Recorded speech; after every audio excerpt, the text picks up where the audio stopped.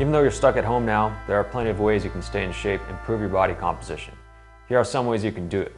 First of all, you have to stay active daily, and secondly, you have to be in an average caloric deficit over time. Now, there are a couple of ways you can achieve caloric deficit over time: eating habits or food tracking. If you've been following me for a while, you know I'm a proponent of tracking your calories. However, some of my best results came from never tracking my calories at all. I've also trained clients of mine that haven't had to track calories and achieve the best results of their lives. So how does this happen? You have to follow some rules, and here are some of the rules I've followed in the past to get me to those results. Rule number 1, exercise daily. It doesn't have to be strenuous exercise every single day, but you should have a program that focuses on all the muscle groups in your body, and you should have a cardio program too. Swimming, running, biking, whatever it may be. I know we're stuck at home right now, but you can still walk. If you can't walk outside, you can pace around your apartment. You have step counters that you can use, either on your watch if you don't have a step counter on your watch, an activity tracker. You can use your phone. Your phone usually has it too. So there's no excuse to not track your activity. So how does an exercise program look for one of my clients or for yourself, for example? The program has to be tailored for your specific needs. The exercises have to be chosen based on your body. If I have a client right now that's doing video sessions with me, I've assessed them in the past, one-to-one, and I know what they can achieve and what their training level's at. I choose the exercises based on their bodies, and I make sure they're progressive week to week. There are plenty of resources out there right now for home workouts. How are you going to determine whether you're doing these exercises correctly? My number 1 tip for this is videotape yourself. Rule number 2, the majority of what I eat and what I still eat today are vegetables, meats, eggs, fish, just whole foods in general. Rule number 3, minimal to no processed foods. Occasionally I'd make something like a banana bread, which I would consider a processed food. Any baked good would be a processed food. When you're going to have processed food in your diet, you have to make sure that the percentage relative to the rest of your food intake for that day is minuscule. It's like 1 or 2%. Rule number 4, minimal to no starch. I'm not a proponent of cutting out food groups entirely. However, when my focus was to be as lean as possible, I only use starches as a supplement occasionally for heavy training sessions.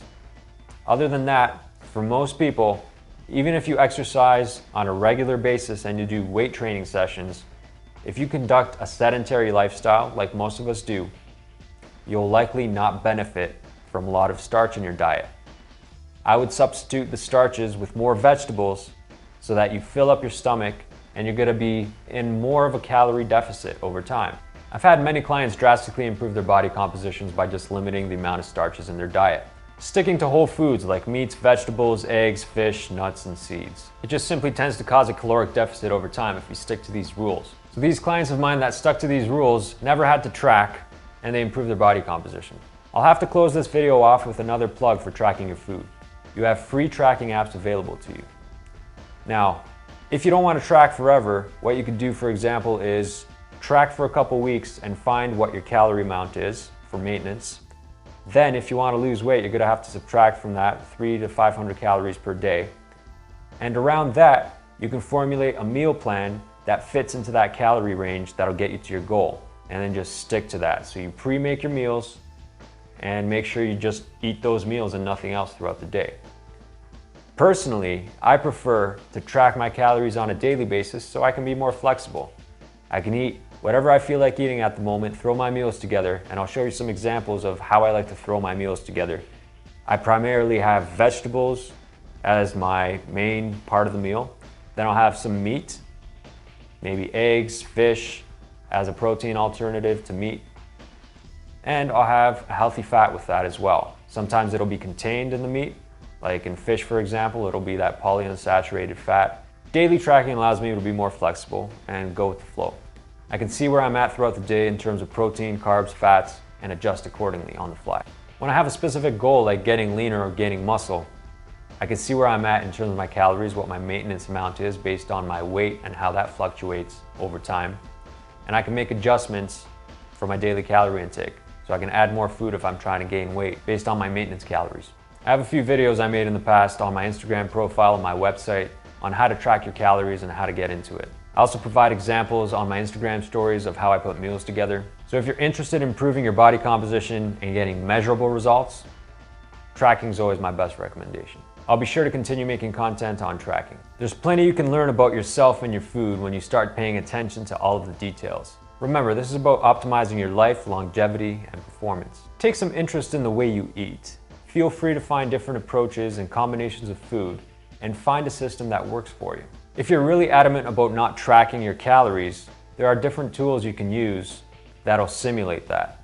Precision Nutrition has a calorie calculator based on your goals that can help you measure out food visually. So it'll give you a visual guide of what your protein intake should be per meal. They'll give you a handful, for example, for your protein, a palm. They'll give you a couple of fistfuls of vegetables. And based on your weight, what your desired weight is, they'll give you a breakdown of how many servings of those visual cues you'll need per meal and how many meals you'll need per day to hit your calorie amount for your specific goals. So if you're not adamant about tracking your calories to a T, you can give this a shot. I'm going to link it in my description. Precision Nutrition also has other free resources on their website, so I encourage you to take a look at them. They may help you improve your habits and choices when it comes to food. I have no direct affiliation with them, I just like the content that they make.